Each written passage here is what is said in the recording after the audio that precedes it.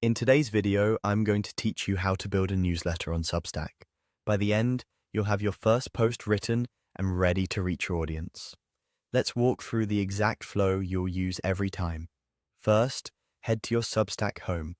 This is your dashboard where you can see drafts, posts, and subscriber stats.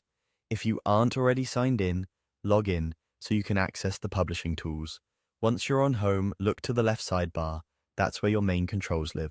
Next, click the orange Create button in the left sidebar.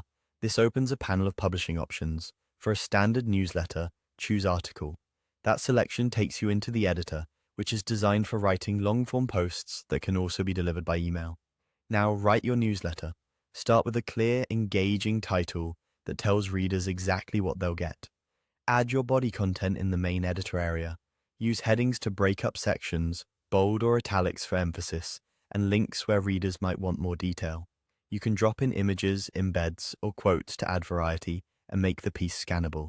Keep paragraphs short and conversational, and close with a simple call to action, like inviting replies or pointing readers to a resource. When you're done drafting, give it a quick read-through in the editor's preview to catch formatting issues or typos. When you're satisfied, click Publish. Before you finalize, double-check the title, images, and links. In the publishing panel, you can choose whether the post is for everyone or just paying subscribers, and you can decide to publish immediately or schedule it for later if timing matters for your audience. Before you confirm, look for the Send via email option. Toggle this on if you want the post delivered straight to subscribers' inboxes as a newsletter. If you're making a quiet update, like fixing a typo or posting something meant only for the web, toggle it off to publish without sending an email.